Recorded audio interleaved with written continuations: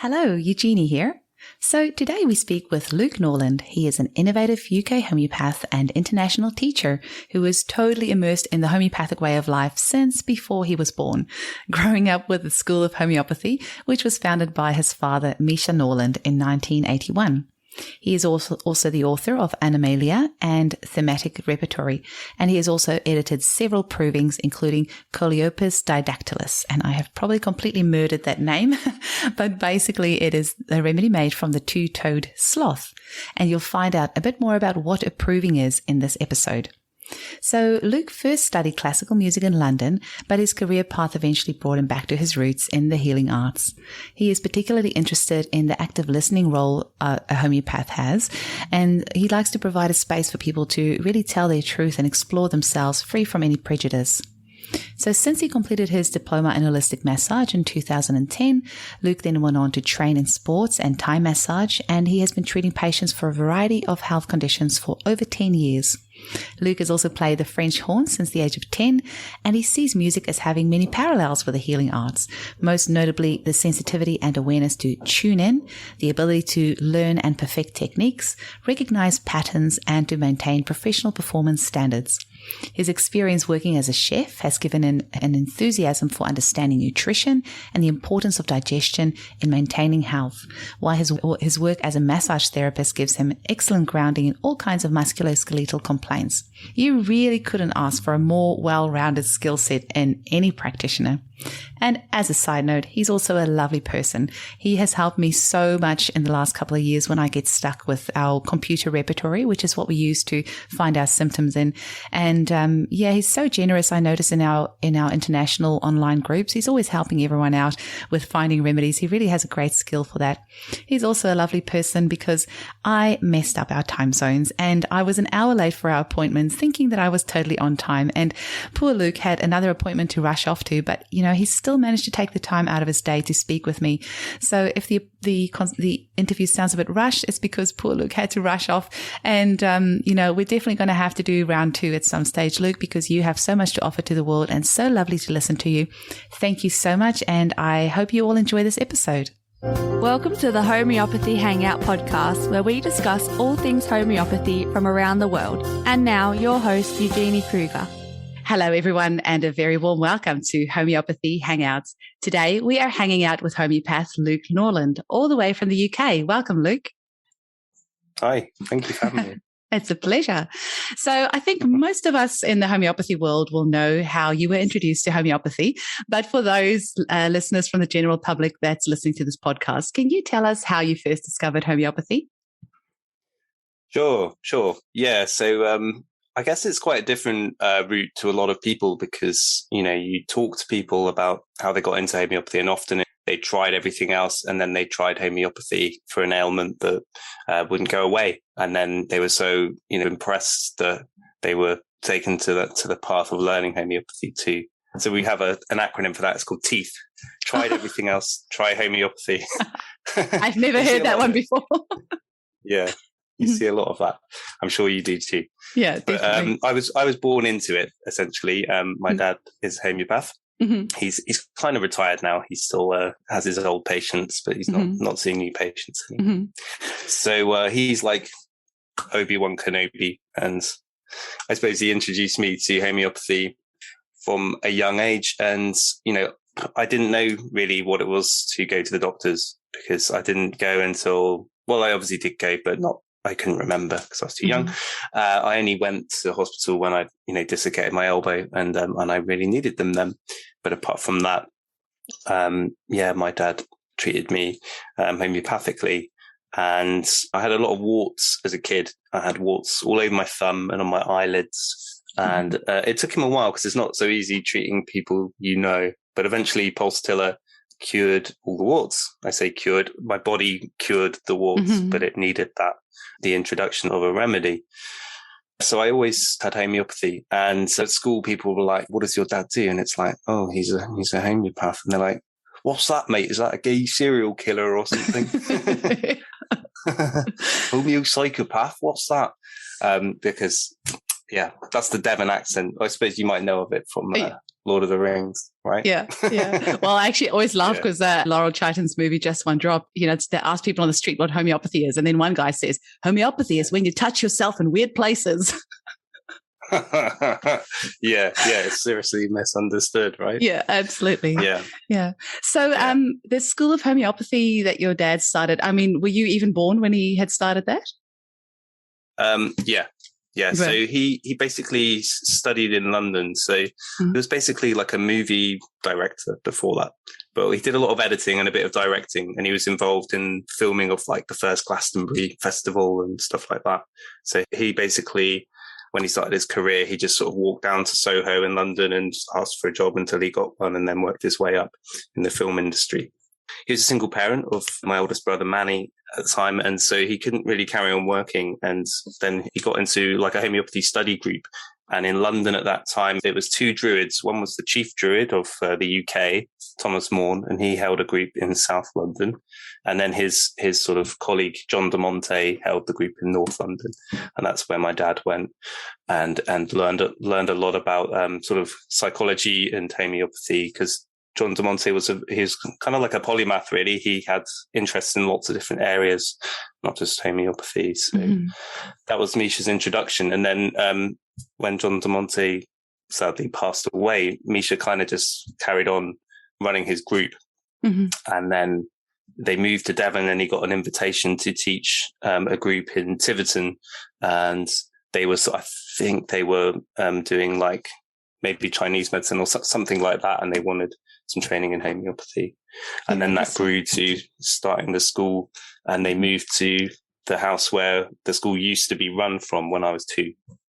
Oh, wow.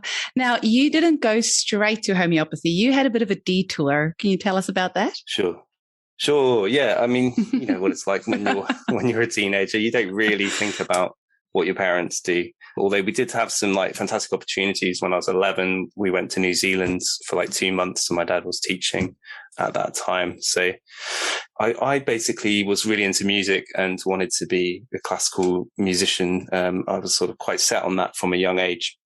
And so I went to London to music college and explored that. But even after 1 year, I was pretty like disenchanted with it, and ended up like transferring from like on the classical course playing the French horn to going to the basement and just doing electronic music, because I just wasn't feeling it. But I finished that course and I got really into the electronic music scene, and throughout my 20s was doing that and doing various things like chefing and massage therapy to sort of support the kind of impoverished musician's lifestyle. So you were a real musician then. Yeah, exactly. Yeah. And that was great.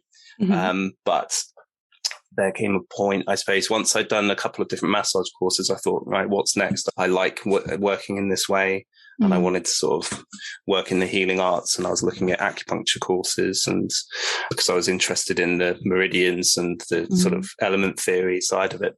And then I thought, I don't want to pay for another degree, which is, the thing to do in the UK.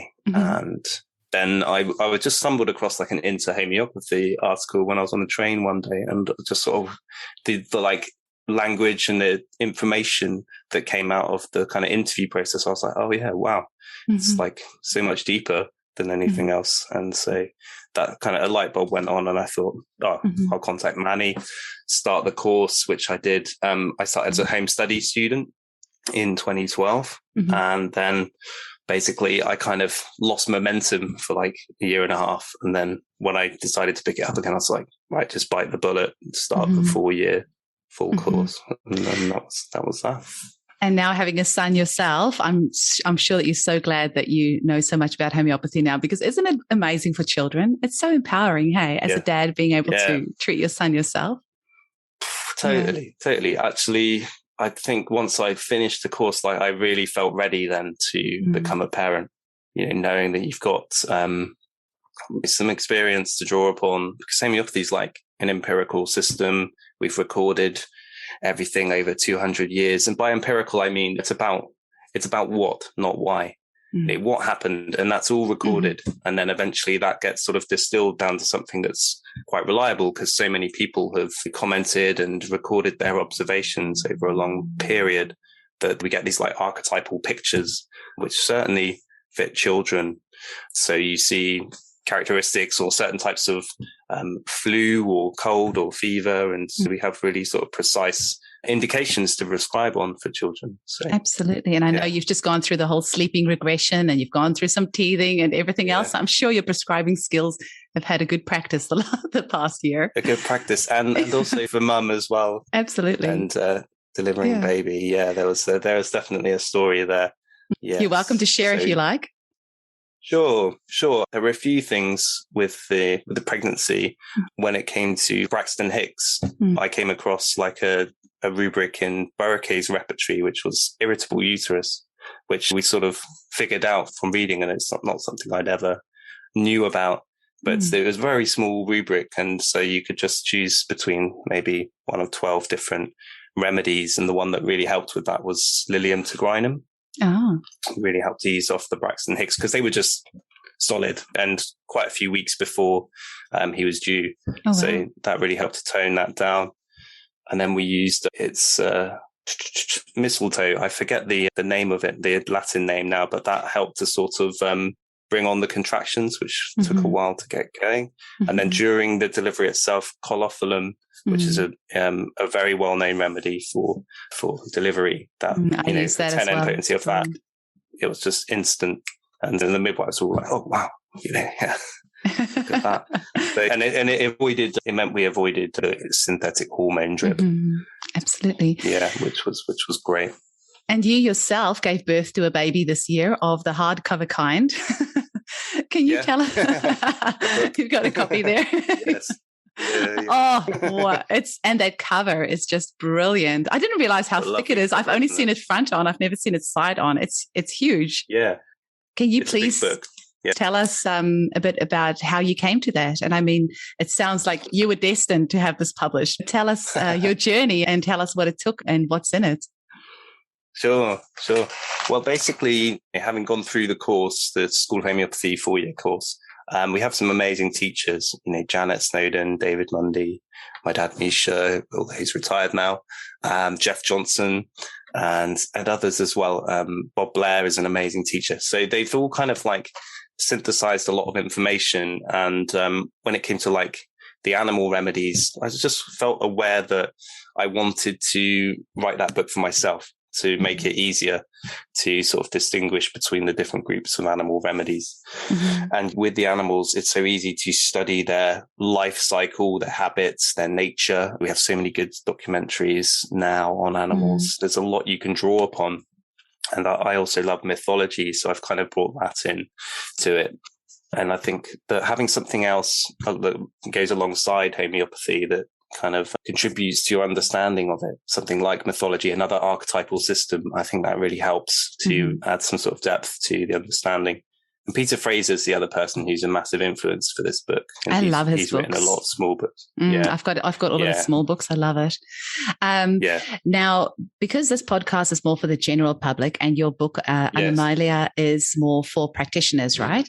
So, very much so, yeah. So can you, for the general public, just tantalize their taste buds a little bit with the animal remedies, the homeopathic remedies we may have that's made from animal substances, maybe what some of the themes are and some of your favorite animal remedies and why we might prescribe them, just to kind of, open the world of homeopathy up to them a little bit.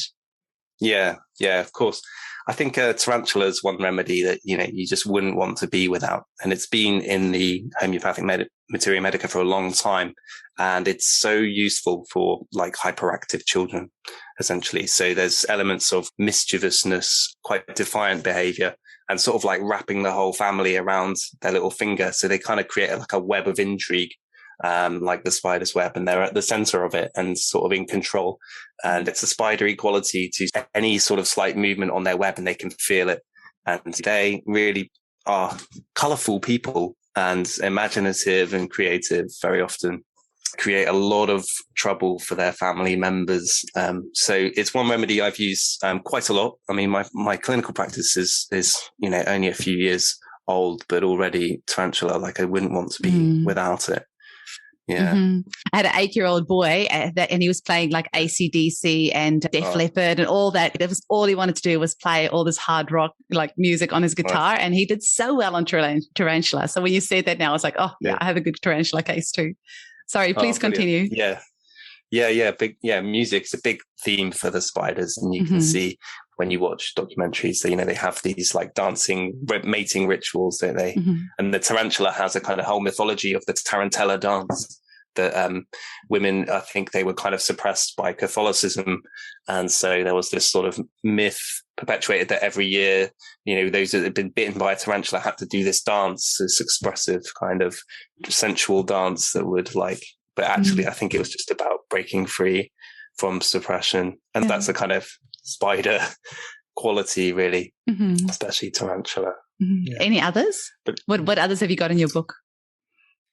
Well, there's so basically it's got spiders, insects, snakes, sea animals, mammals, and birds, essentially. Those are the kind of 6 main groups that we use in homeopathy. And the animals aren't harmed to create the remedies. Usually it just takes, like with the mammals, often it's the milk or the hair. And with a bird, it will just be the feather. So anything that has the DNA of the animal. A very different kind of animal that we did a proving of at the school a couple of years ago is the two-toed sloth. So it's a very different picture to tarantula. And we got the sample from my brother who lives in Costa Rica and his friend who's a vet. There was a sloth who got electrocuted, and this happens quite a lot there. And then they look after them and then put them back in the wild. But they're obviously a much more slower paced kind of individual. And there was one breeder who got profoundly affected by it. It brought on, so provings have a deep effect on you if you're sensitive to that substance. Otherwise, they're usually quite subtle. But this person, it kind of brought back, if you have like certain tendencies, like she had a tendency to depression, it really brought it back. And this feeling of self-loathing, which can be quite prominent in animal remedies. And in the mammal remedies, the social group is really important. And, for people who feel like they're being judged all the time or criticized or put down by others, that can be an indication for potentially like a mammal remedy. And with the sloth, it's very sort of sluggish and lethargic, and maybe they feel like they smell bad or, that others are judging them harshly. And, the kind of polarity point to it is to speak up for others who are in that position. And that you might see somebody like that. It's a very new remedy. And we were lucky that 2 homeopaths in our sort of network had actually prescribed it recently. So at the time the proving came out, there were 2 people who had sloth cases, and they were published in the Homeopaths Journal in the UK. Wow. So that was really interesting. Yeah. Can you quickly give our listeners a rundown on what a proving is? Because I don't think we've covered that in any of our episodes. And because it's for the general public, they probably won't know. Yeah. Well, basically, it leads on to Hahnemann because he is the person who invented a proving. And he kind of did it by chance, really. He was working in the UK as a translator for like medical texts because he got so disenchanted with working as a medic at the time. Basically, they were doing things like giving mercury, bloodletting, using leeches. It was a pretty barbaric trade. And then he came across this text that said cinchona bark was good for treating malaria because it's astringent. And he was like, well, there's loads of things that are astringent. That's probably not a very, good reason. So he started just taking it. He took, the point of a knife of like raw cinchona bark daily and started to record the effects. And that is a proving, basically. So when you take something like that in its crude form, you'll get sort of toxicological effects if it's medicinally active. And so he recorded the effects, and they were basically like the same as malaria. And as soon as he stopped taking it, well, eventually those symptoms went away. That's a very brave thing to do. And these days in homeopathy, we don't do that because it's quite taxing on your physical body. So, so that sort of led him to his discovery of homeopathy and the principle of like cures like, or that a similar something that creates symptoms in a healthy body can cure those symptoms when someone's diseased. And so a proving is essentially a kind of drug trial, but it's different in the sense that it's very subjective. So it's like normally you have a cohort of different human beings at different stages of life, ideally in fairly good health. and they keep a diary, and they have to be very good at observing themselves and their bodies and their symptoms. And you write a note of what happens.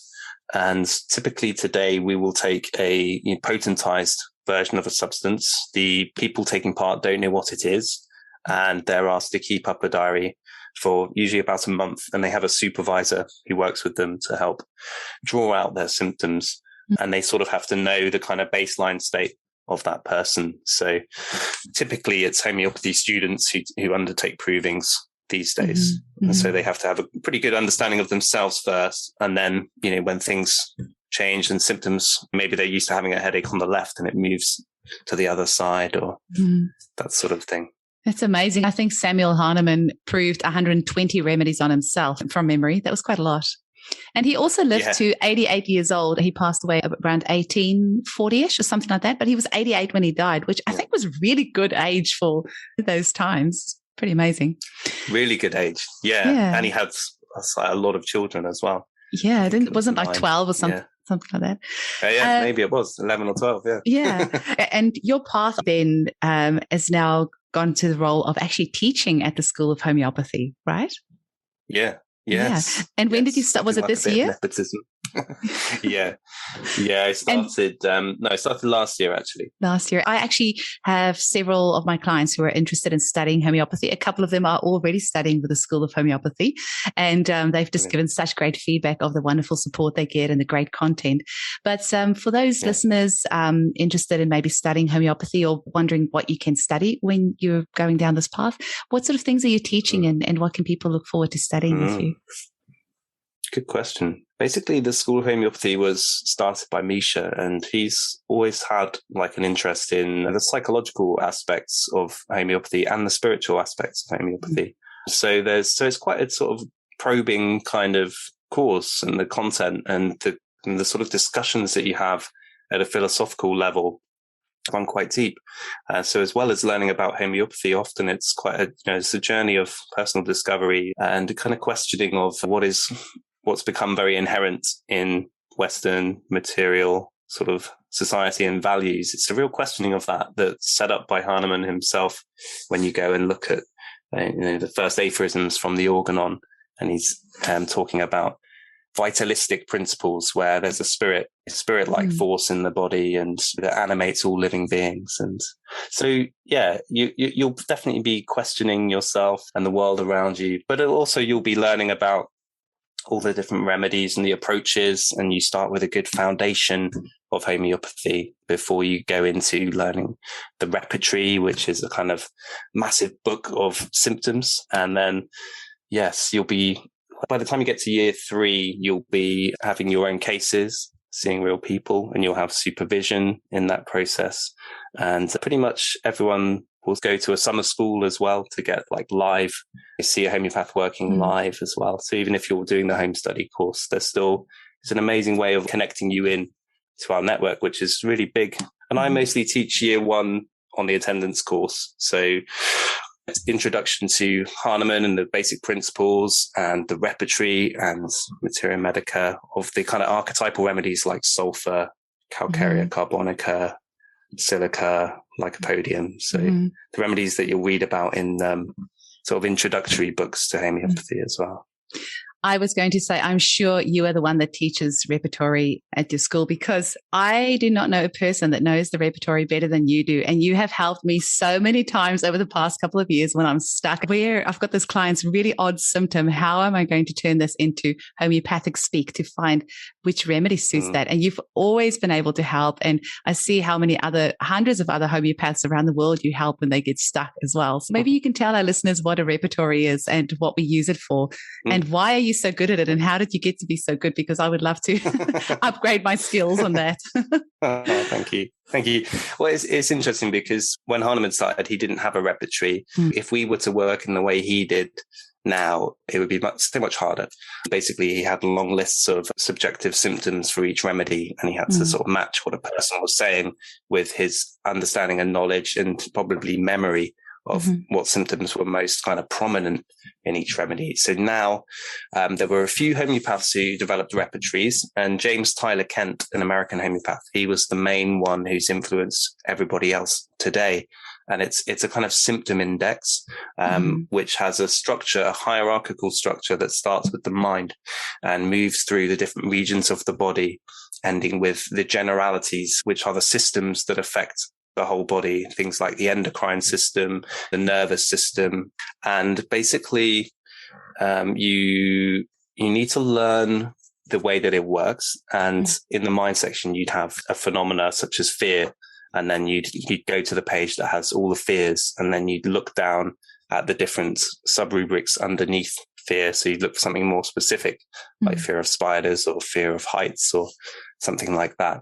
And so you have to get used to talking a bit like Yoda, because you sort of go in reverse order almost. You have to start with the most important word, and then the rest of the sentence kind of follows on.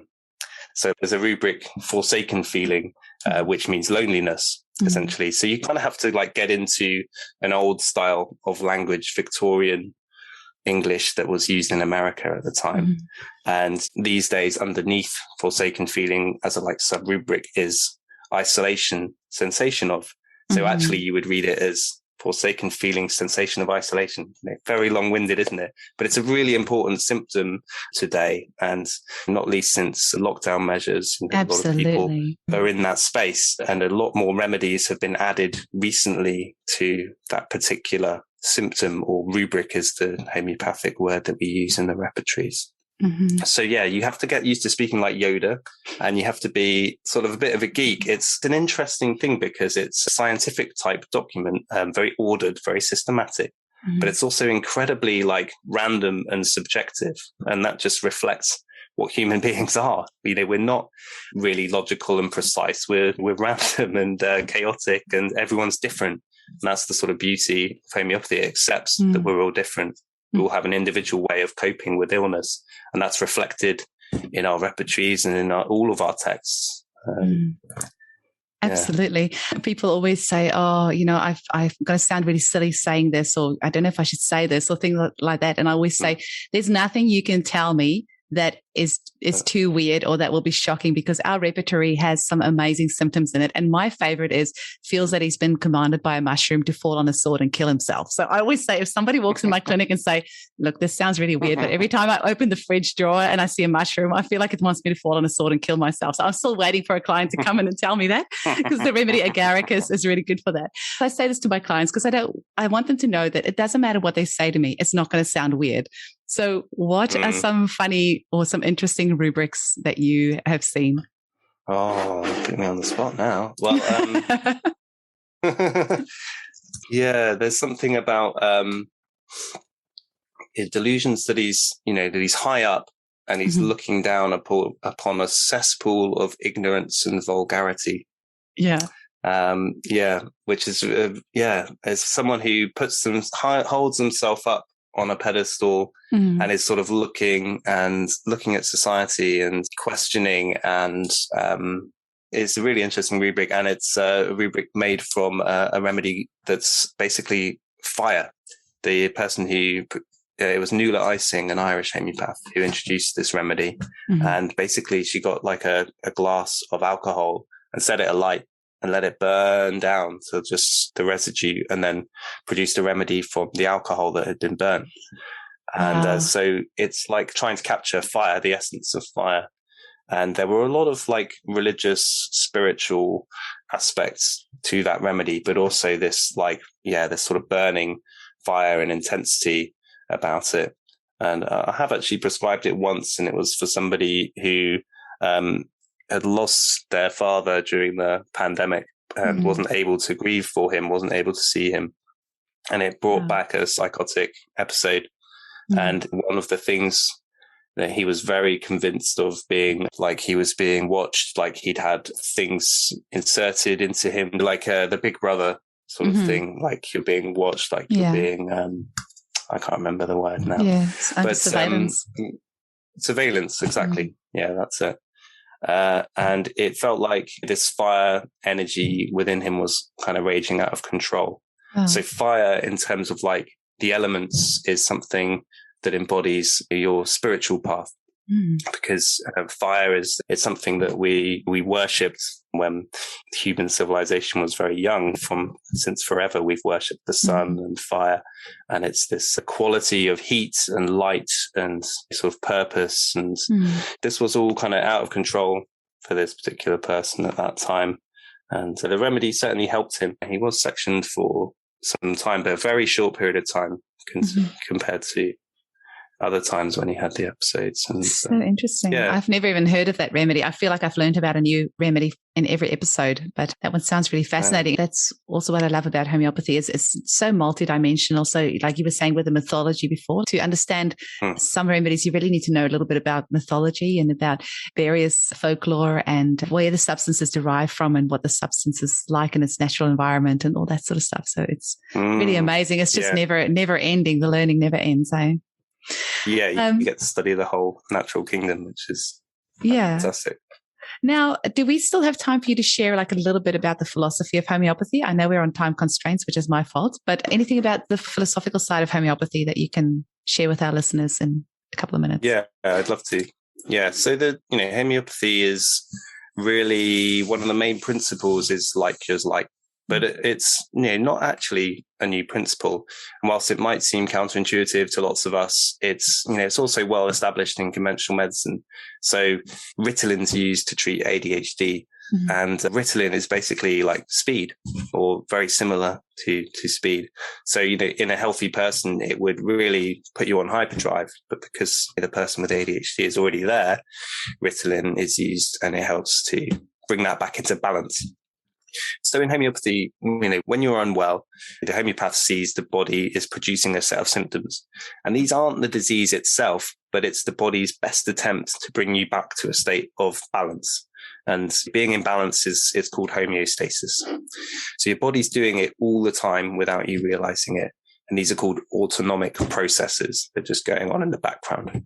So when you actually think about what our bodies are doing all the time, just for us to go about our day, it's quite incredible that things don't go wrong more often. And like was, it's been ascribed to Empedocles and later to Hippocrates, who's obviously the author of the Hippocratic Oath. And he stated that there are two ways to treat disease. One is by similars and one is by opposites. So when you treat with the like cures like principle, the aim is to improve your overall health by, accepting that your body has a design brief, which is self-healing. Essentially, it knows what to do in a lot of cases to heal itself. Whereas using something that has an opposite effect, it's taking over what your body should be doing and doing it by itself. So it has a sort of chemical action, and it takes over. And that essentially masks the symptoms for a time. And then you come back and you take more of the medicine, perhaps a stronger dose. And then quite often you get side effects. Now, side effects is a funny term because the body has no way of like delineating what is a symptom and what is a side effect. They're just more symptoms, essentially. Okay. Basically it can get you out of a sticky situation in the short term. But in the long term, you're just imposing what Hahnemann calls a medicinal disease, which nowadays is called iatrogenesis. And that's where the medicine is so powerful that it's making the body produce more symptoms, i.e. side effects. So, what happens with homeopathy? Basically, it seems like when you take the, everyone, well, not everyone, but a lot of people have taken arnica when they have a bruise, or apis when they've been stung by an insect. Apis is bee venom, by the way. So when there's like hot swelling, you can take apis in potency, and that helps the body to express the symptoms more effectively. So sometimes you get a little intensification of your symptoms, and then you get a resolution rather than just being stuck in that symptom pattern. It basically, by taking homeopathy, it gives the body a chance to sort of fully express the symptoms that it's been struggling with. And remember, the symptoms aren't the disease, they're the expression of the body trying to heal itself. And because the remedies prescribed, especially in like chronic treatment, the remedies prescribed based on your individuality. So that means you don't necessarily need a large dose. And in fact, because the remedies are often, they would be poisonous in a large dose, that's really not advisable. So you can see a similar phenomena working with allergies. If someone has a peanut allergy, they're very susceptible to peanuts. So only a trace amount, could even be just the smell could trigger anaphylaxis. Yeah, so that's susceptibility. So a large dose, like we have in conventional drug therapy, works by just removing, or does it remove symptoms? It provides quick and temporary relief. And when its action is ended, as I said, you have to take larger doses. So you get short-term gains. With the similar remedy, you're very sensitive to it. You're highly sensitized, and that's why you don't need such a strong dose. In fact, you only need a small dose.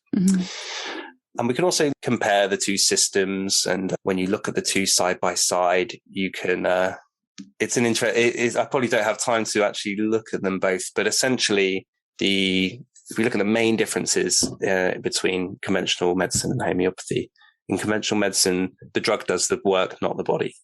Whereas in homeopathy, the body is stimulated to act by itself. So it supports what your body wants to be doing. Conventional medicine is actually really expensive. It's only in the UK, we have the NHS, so it's all subsidized and you don't really have to pay. But it's very reliant on modern technology and pharmaceuticals, which have an impact on the environment, which is pretty negative. Homeopathy is very cheap. It's, popular in Cuba, where they treated an outbreak of leptospirosis with homeopathy because they can't afford pharmaceuticals, and India's pretty similar. So they'll use homeopathy a lot more. Conventional medicine is very objective. It's fact-based. It's like, you've got this, we've made this diagnosis, you need this medicine. Homeopathy is much more subjective. It's like, you got this, you had this set of experiences which led to this sort of downturn in health, and you experience it in this way. And the homeopath's trained to draw out all of the unique qualities that characterize your way of experiencing your disease. So in this way, even just the consultation process is quite transformative, because someone's just there listening to you in a really unprejudiced manner, helping draw out your story and your version of events, and not questioning it, not trying to fit you into a box to say this is your diagnosis, etc. That's not really relevant. So, massively different. And it's also very holistic. It accepts that the mind and body are connected and are actually one, rather than being reductionist. It's saying, no, it's just your liver that's diseased. It needs this drug and then you'll be fine. Which is, if we actually stop and think about it, is kind of bonkers, isn't it? Say it's only the liver. You live in a body which is a whole system, and everything has, interplays with one another. Absolutely. And if I know we're running short of time, but another interesting way to look at it is to think, it's quite easy to think of something that's similar to something else. Like if I were to ask you what's similar to a lemon, you could say citrus fruits, things that are acidic, etc. But what's opposite of a lemon? It could be like a desk or anything, couldn't it? Yeah, it could be anything. It's much harder to think of an opposite. So basically, individualizing is a really key word as well. Individualized treatment is one of the things that I think really characterizes homeopathy. There aren't many other sort of disciplines that really go to that same level of trying to understand like who you are and why it was that you became sick. And Hahnemann again was like one of the first people to actually explore the concept of chronic disease. He was able to see that people who had acute disease bounced back quickly after treatment. People with chronic disease just kept getting sick. And there aren't many other systems that really are looking to find a solution to chronic ill health. So I think that's why a lot of people try everything else and then try homeopathy eventually. I've never heard that teeth acronym before. I'm so using that one.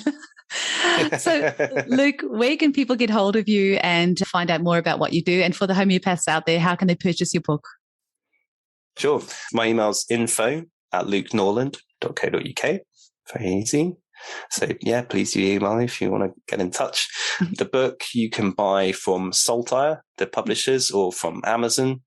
And there are a couple of other, I think it's mostly UK booksellers at the moment that have it. But yes, Saltire is SALTIRE. We'll definitely link that in the notes as well. Thanks. Yeah, it was amazing that they gave me the chance as a sort of first time author to work with them. And I met them a few times when I was working with Radar Opus in various conferences. And they're also a family business based up in Glasgow, and really nice folk. So I was super happy to work with them. Thank you so much for your time. I really appreciate it. And I'm looking forward to chatting again sometime soon. Lovely. And thanks for putting this all together and making all these wonderful podcasts. It's such a pleasure. What a great Enjoy. thing. Thank you.